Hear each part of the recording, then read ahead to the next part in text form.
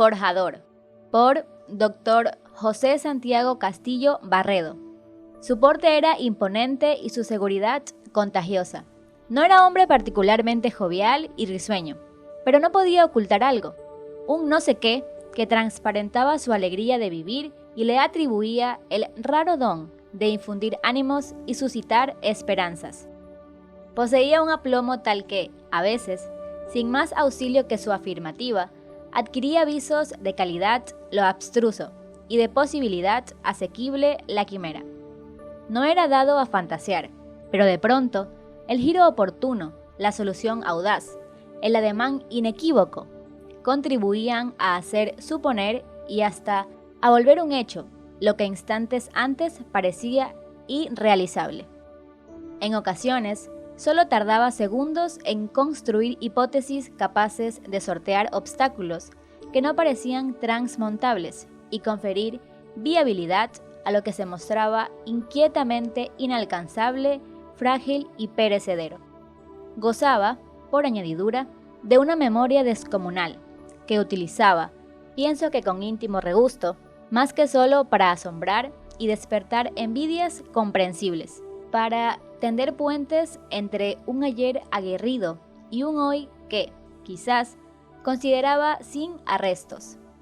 o entre un ahora temerario y osado y un pretérito caviloso y reflexivo. Su charla amena salpicaba más bien que de anécdotas, de la interpolación de citas, de frases sentenciosas y de ejemplos que extraía más de la vida que de los libros. Resultaba instructiva y hasta deleitosa, con la singularidad de conducirla ocasionalmente tan deprisa que habría volado si el periodo, la frase o la palabra no hubiera admitido de pronto un sorbo de aire, que aprovechaba para ratificar con el gesto el «ya ve», que rubricaba el casi imperceptible y forzado descanso. La estructura de su mente, troquelada en la información y el quehacer jurídicos, atribuía a su pensamiento y a su discurso una dimensión y un cierto énfasis legal, consecuentemente ordenado, congruente, casi diría catalogado o catalogable en libros, capítulos, párrafos, artículos e incisos, enlazados por una dialéctica que cuando no inducía al convencimiento, encaminaba a la duda. Se solazaba de su vitalidad y aun cuando los años, pese a no ser tantos, hubieran podido contradecirlo, de vez en cuando gustaba poner en evidencia la fortaleza de su estado físico y su determinación de no dejarse ganar la carrera por el tiempo. No puedo precisar con exactitud cuándo lo conocí. Ciertamente, aquello ocurrió cuando él era muy joven y yo colegial. Años después, en 1947, en las aulas de la Facultad de Jurisprudencia de la Universidad de Guayaquil, fui su alumno. Entonces, según recuerdo, solo hacía muy poco desde que iniciara su ejercicio docente. Y esto lo apunto porque ya entonces, y no solo más adelante, cuando el diario Aprender y el diario Enseñar le confirieron renombre, era motivo de admiración y sana envidia de sus discípulos. Más allá de su capacidad para recitar, sin titubeos, artículo tras artículo, los que explicaba en sus lecciones de Derecho Civil, la llaneza de sus exposiciones, la habilidad y destreza quirúrgicas con que viviseccionaba el código,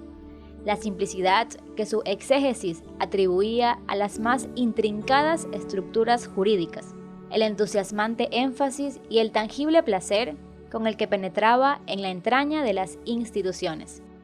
remarcado de vez en cuando con la recitación de textos latinos, oportunamente extraídos de las institutas, de textos franceses, tomados del Código Napoleón y de sus comentaristas, o sabias advertencias constantes de las lecciones de don Andrés Bello, o de nuestros protojuristas Luis Felipe Borja o Víctor Peñarrera. El quehacer docente que se prolongó décadas, el ejercicio profesional intenso, el estudio cuotidiano en su rica biblioteca, su maestría ejercida, a buen seguro, como exigente profesor privado de sus hijos, a casi todos los cuales orientó hacia las disciplinas jurídicas. La vida, sobre todo la vida, que en su caso no fue solo supervivencia, sino intenso y fructuoso trajinar, dieron a su personalidad y a su nombre un perfil y una mensura nada comunes. No fue político,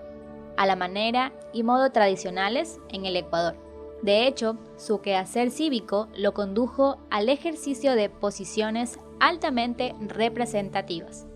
En instantes cruciales y en el desempeño de ellas evidenció la gran capacidad de trabajo que fue una de sus características salientes, urgida por una tenacidad capaz de mover montañas, una imaginación fértil e ingeniosa, creativa y minuciosa, que lo acicateaba, pienso que sin descanso a lo largo de las 24 horas de cada día,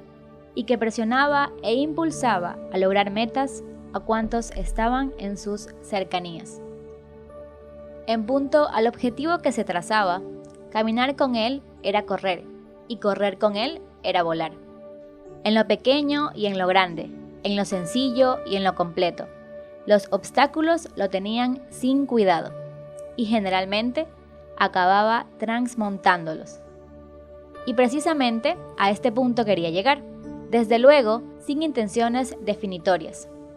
Decir en 2 palabras qué era, cómo era, sería tarea complejísima. Pero resulta evidente que, en primer término, fue un hombre creador, pletórico en ideas, rico en iniciativas, de quien, si fuera forzado a identificarlo de algún modo, diría que fue un forjador. Quizás pudiera intentar un poco a salto de mata y, desde luego, sin otro auxilio que el de la evocación y el cordial recuerdo, puntualizar alguna de las realizaciones a cuya historia se encuentra vinculado su nombre.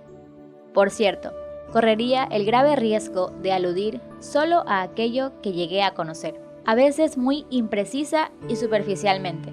que bien pudo ser solo la cara visible de hechos y cosas que, a lo mejor, tenían su meollo en el reverso. Así, solo así, visualizó a la distancia sus innatas cualidades de organizador. En los ya distantes días en que le cupo presidir el Tribunal Electoral Provincial del Guayas y poner en juego el complejo y meticuloso aparato comicial ecuatoriano, siempre deficiente, pero en ese instante, además, fuera de uso, como se hallaban en nuestro país todas las instituciones democráticas, nada menos que para utilizarlo en una consulta cívica, de naturaleza hasta entonces virtualmente inédita entre nosotros, y de consecuencias tales que sus inspiradores no alcanzaban a barruntar siquiera. Él, de suyo ajeno al régimen que propició aquel pronunciamiento popular, tenía, sin embargo, que poner en movimiento el enmohecido engranaje comicial y responsabilizarse de su realización como dignatario de la función electoral, independiente y autónoma de aquellos que detentaban la suma del poder. Y así lo hizo, poniendo en juego una muy alta dosis de esfuerzo, energía y ubicuidad, y una dosis más alta aún de intuitiva perspicacia, que dio lugar a que la consulta popular se cumpliera en orden y en paz, garantizada por numerosísimo conjunto de personas serias y solventes, a las que se confió la integración de las juntas receptoras de la decisión mayoritaria del pueblo consultado. Así, avisoró también su conscripción ciudadana frente a la alcaldía municipal de Guayaquil, en cuyo desempeño ejerció el coraje y la paciencia. Enarboló un ariete de moralidad enderezado a cortar abusos y desvíos enraizados en la entraña misma de instituciones, modalidades y sistemas. Entró en bizarra lisa con las empresas de espectáculos cinematográficos en defensa de los mejores intereses colectivos. Puso particular acento en el reordenamiento de las finanzas de la ciudad y, enseguida, dejó correr su briosa capacidad de hacer cosas en servicio del vecindario y del cantón en el que se afincó, y discurrió la mayor parte de su vida. Así, por igual, hago memoria de los primeros meses del año 51, cuando, merced a sus reiteradas invitaciones y a su persistente gestión, cumplida en ocasiones de uno en uno entre sus colegas de profesión, hizo nacer de su tenacidad y su paciencia el Colegio de Abogados de Guayaquil, que presidió con entusiasmo, alentó con vehemencia y contribuyó en no poca medida a conferir nueva jerarquía y alto rango al quehacer de los abogados en nuestra ciudad, haciendo surgir, de este modo, un nuevo y vital espíritu de cuerpo, una cierta colegialidad entre los profesionales del derecho, a quienes motivó, sobre todo a aquellos que habían sido sus alumnos, a convertir a la naciente institución en centro de irradiación de las tareas de investigación, de actualización en temas trascendentales del quehacer del abogado, a vivir, en fin, intelectualmente, la dinámica de la evolución jurídica y el nacimiento de cada día, no solo de nuevas, sino de sugestivas figuras del quehacer jurídico. Recuerdo también como, invitado apenas un poco más tarde al ejercicio del Ministerio de Educación Pública, durante el gobierno que presidió el doctor Camilo Ponce Enríquez, luego de un capítulo incidental en que salió por los fueros de la ética, cortó por lo sano, en medio de una cohorte de interesados reclamos, lo que parecía ser mal sin remedio. Fue entonces cuando, sin vacilaciones, no solo clausuró un travieso instituto educacional que hacía malabares académicos, sino que, para enjugar las lágrimas y el clamoreo de los inocentes perjudicados, decidió, solo a días del inicio del año lectivo,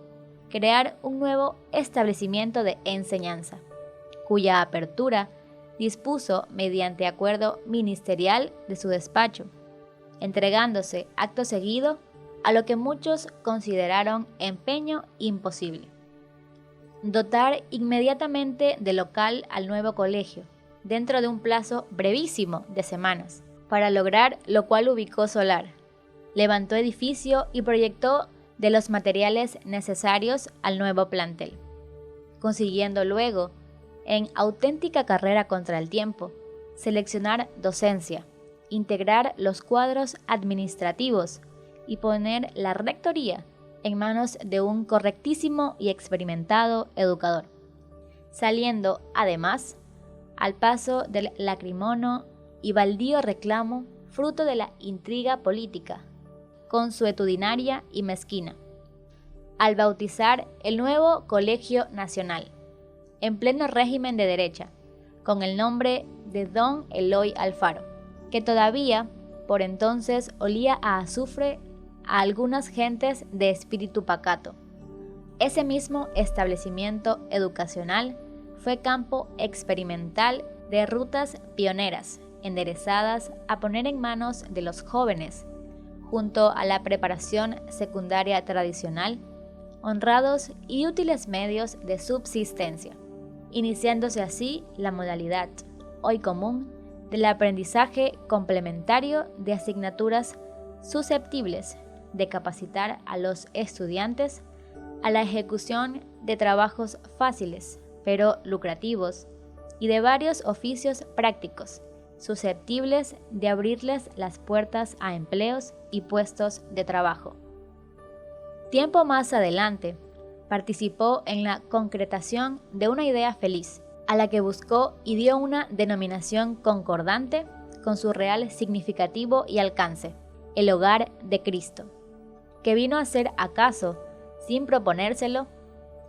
apertura preconciliar a su compromiso cristiano en apoyo de los más pobres, de los carentes de mesa y techo,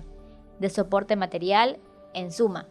para no nacer, crecer y morir a la intemperie. Así podría continuar en la evocación y la cita de varios otros vertebrales y sugestivos episodios de su existencia. Y esta nota volandera, dejando de serlo, correría el peligro de resultar diminutiva. Espigar en suelo fecundo no siempre resulta ser empeño feliz. La Universidad Católica de Guayaquil fue proyecto de largo y medular esfuerzo, que si nació en los días en que Guayaquil era una diócesis,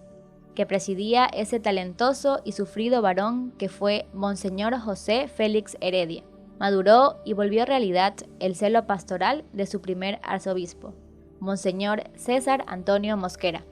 insigne prelado cuya humildad y modestia corrieron siempre parejas al auspicioso apoyo que la colectividad social guayaquileña brindó a sus afanes e iniciativas. El arzobispo Mosquera aspiró y decidió dotar a Guayaquil de un instituto de educación superior, cuya acción pusiera remedio a un mal que, lejos de decrecer por acción del tiempo, crecía en proporción a la densidad poblacional de Guayaquil, el déficit cuantitativo y cualitativo de educadores católicos. Los institutos religiosos dedicados a la enseñanza eran y son insuficientes en relación con las necesidades educacionales de Guayaquil y el derecho de los padres a dar a sus hijos una formación cristiana. Esa dura realidad la vivieron los hoy casi desaparecidos movimientos de la Acción Católica Guayaquileña, particularmente la JEC, Juventud Estudiantil Católica, que agrupaba a los estudiantes secundarios, y la JUC, que hacía lo propio respecto de los universitarios católicos. Esas instituciones vivieron y sufrieron a causa de la insuficiencia de docentes católicos. A remediar ese mal apuntó la creación de la Universidad Católica de Guayaquil, que el arzobispo fundó. Por eso, teniendo como núcleo medular a la Facultad de Filosofía y Ciencias de la Educación, cuyo sostenimiento estaban llamadas a sufragar o, a lo menos, contribuir a solventar las facultades de Derecho y de Ingeniería con las que el nuevo instituto abrió sus puertas. El mismo arzobispo Mosquera intuyó, acaso, que al frente de aquel instituto, que era para él algo así como el ápice de su gestión arzobispal, requería de un ejecutivo dinámico y decidido. Casi sin temor de errar, apuntaría que bajo esos supuestos eligió para la universidad al rector que él nombró. Lo que el rector hizo y cómo lo hizo no es relato en que sea posible entrar ahora. Y, desde luego, estuvo y está a la vista los afanes a que esa tarea dio lugar. Son capítulo inapreciable, con el solo auxilio de los ojos. Los sacrificios que hubieron de cumplirse forman parte de una contabilidad que no se lleva en libros ni se escribe en cifras. Lo que la universidad quiso y debió ser, lo que fue y lo que es, corresponde a otra suerte de análisis y de valoraciones. Ya en días mucho más recientes y, desde luego, en otra fase de la actividad de su inspirador e impulsador, nacieron a la vida un banco, un grupo financiero y una corporación aglutinante de empresas que son evidencias de la versatilidad de las iniciativas, la riqueza del espíritu creador, la vitalidad de una persona que estuvo dotada de capacidades múltiples y carismas singulares. Poseía ciertamente raras aptitudes creadoras y, a buen seguro, más allá de ese algo de aventura que envuelve aquello de ser promotor de cada vez más y más proyectos, una elevada dosis de análisis y reflexión y otra dosis más alta aún de madurez y cálculo a la hora de hincar los cimientos de las instituciones de las que fue forjador. Un forjador tiene siempre que y quien lo inspire. Leonidas Ortega Moreira afirmaba públicamente, cada vez que la necesidad o las circunstancias lo hacían propicio, que la motivación de sus actos se afincaba en su fe en Dios y el deber de corresponder de algún modo a los incontables beneficios y favores que él había recibido. Me atrevo a pensar que, adicionalmente, tenía también otras fuentes de inspiración, que a riesgo de penetrar en el santuario de la intimidad de la persona, cito en 2 palabras, su esposa y sus hijos. Leonidas no quería, y de haberlo querido, no habría podido ocultar su vocación, su tesitura de hombre de hogar, de pater familias. No sé si al modo romano o al más llano y menos arduo, pero más íntimo y vital en que lo entendían quienes nacieron y vivieron en el siglo XIX. O, como él, empezaron a discurrir y vivieron ya en pleno siglo XX.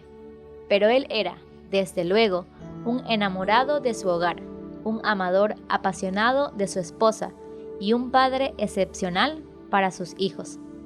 Virtualmente todo lo que quiso y todo lo que hizo lo orientó a honrar y exaltar esas fuentes de inspiración.